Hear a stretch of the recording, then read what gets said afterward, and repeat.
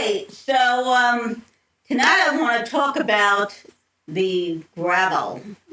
I know it's not the sexiest part of this thing, but I want to show you. If you notice on the screen, I have the from last week what it looked like with the gravel, and you can see it kind of doesn't look realistic at all. If you have an aquarium or you've seen a real aquarium, the gravel is not like this flat thing. So I played around and looked at different options, and this is what I came up. This is what I came up with. Basically, it's using terrain and height fields, which I'm going to show you on a simple example. And I did this, and you see how much better this looks than the previous version. You can see it looks much more realistic. It has different heights. It incorporates noise. There is another approach I tried first, which is basically putting the noise on the box which the grain came from, and that wasn't quite as good. You have to be careful because terrains are designed for terrains, big areas, and we're talking about a small box here, not a whole terrain.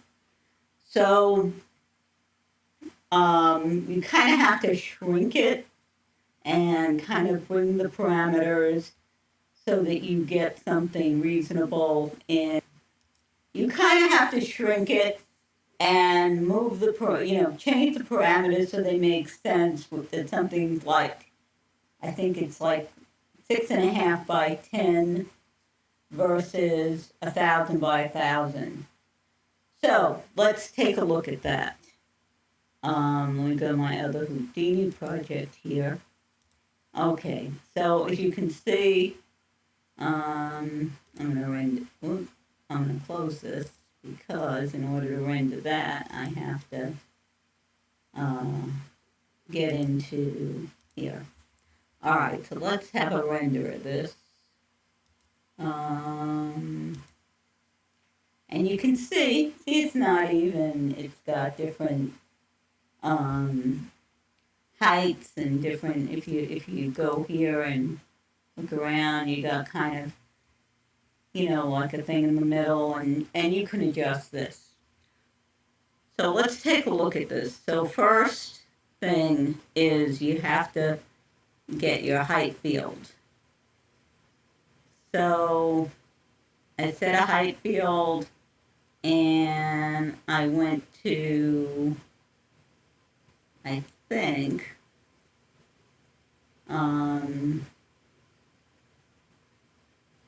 let's see, I think a height field and a height field noise. So then once you have I believe you also need the extrude volume. And this is the auto.network here. So we got our height field, we got our noise. The time shift, I think, is to kind of stick it to one frame. I don't know how necessary that is, or if that's what happens if you, let's see, what do we have when we, and what happens when we animate? And so this is going to go all over the place here, unless you put it in some kind of a container. Now in this case, if we turn on the time shift,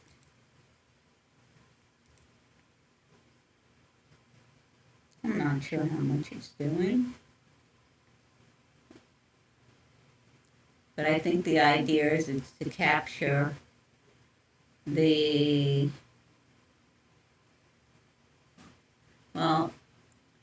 method by frame one.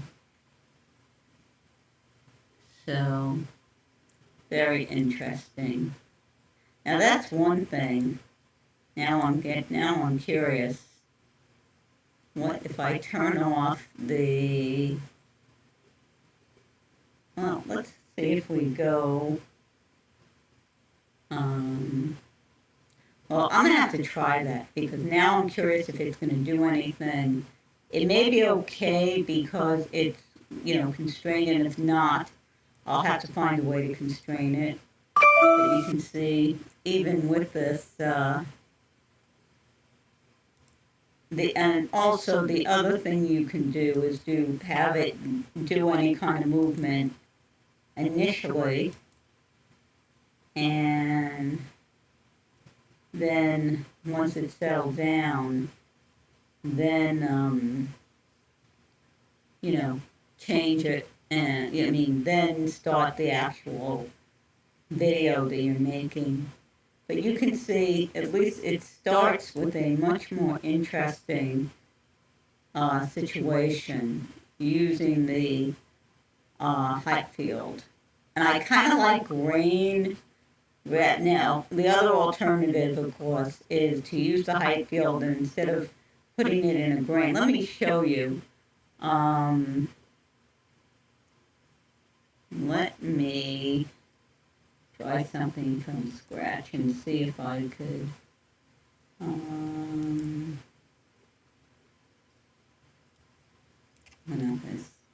Okay, so the first thing you need is a height field.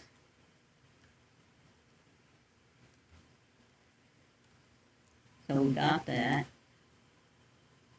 And we're going to make this, let's see, 8 by 10.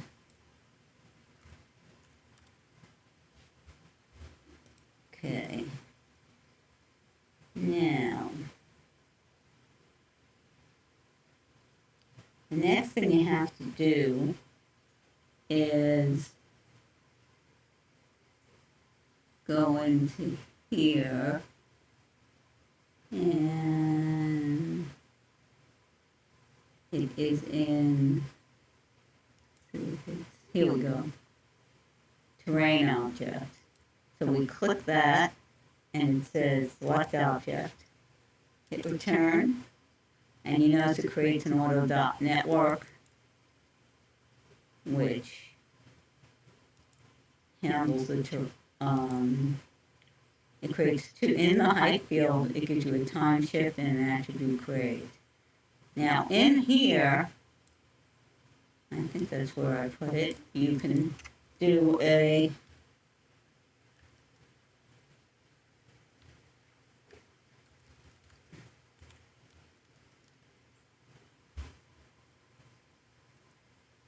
let's see, height field noise.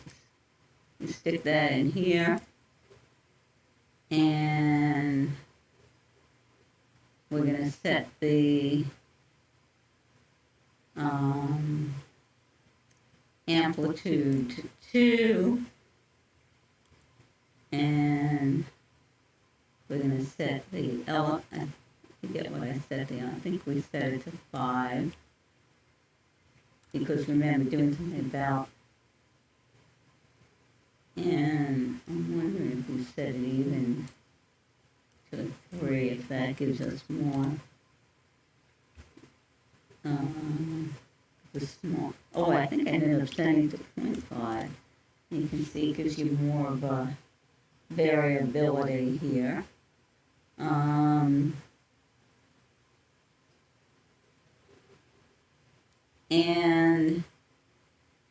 you add it.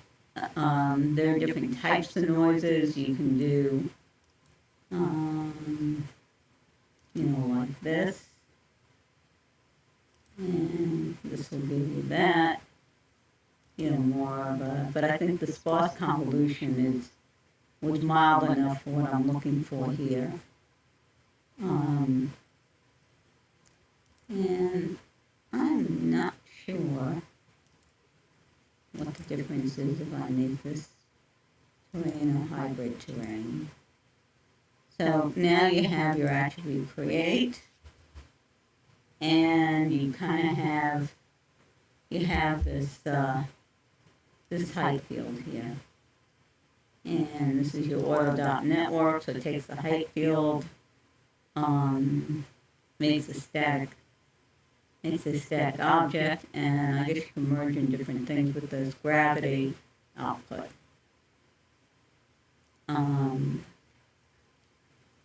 So then the next thing you want to do is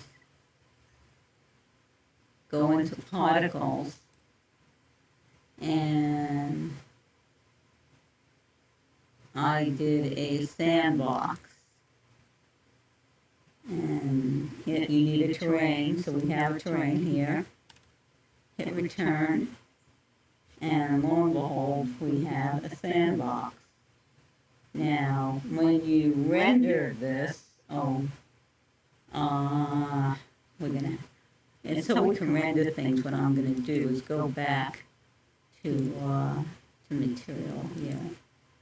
And I'm going to go to this one here, go to material, and get the gravel material, and do Control C, and hopefully that'll work. You may have to do the more formal copy and paste, and Control V. So we have a material, so we can actually render. So let's go back to Object, and in the grain particles, you go to Render, Material, and you can give it a material. The other important thing is in the redshift object, particles, render object is particles. So now we go to render this, and you can see, let's go to camera one here, and we're gonna make it so we can change it. And let's turn this on for a second. Let's get this whole thing in here. Now, I notice you got this box. And my guess is, yes, it doesn't really do much.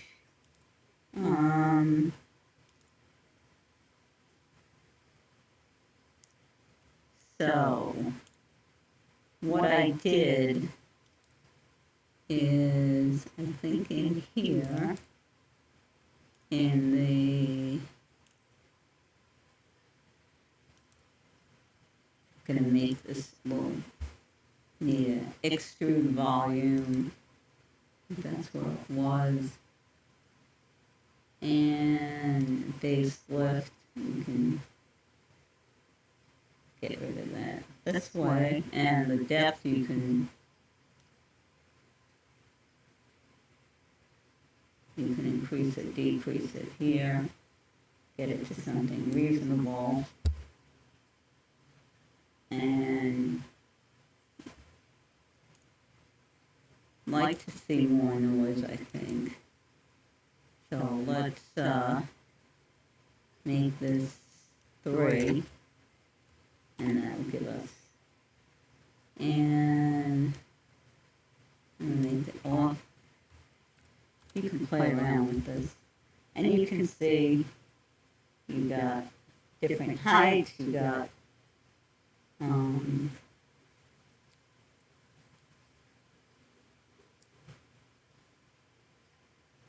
the one problem again I may have to look at on the original thing is that when you do the simulation, it's actually gonna do something like go all over the place. So we're not going to want that, and that's something you may have to look up how to contain a grain simulation. Generally, there's a way to do it. I mean, I guess, I don't know if the height field, this is, where is it? in the height field, the height field noise. I think it's in the sign. I think it might be in the noise.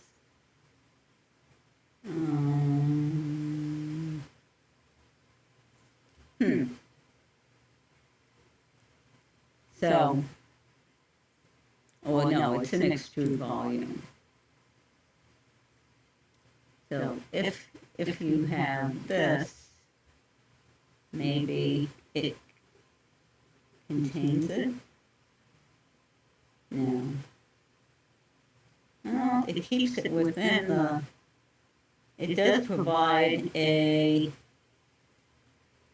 kind of a limit, so it doesn't go outside this box.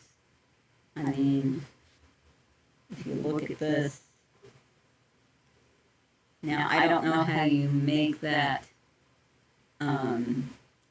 You probably can go on here and exclude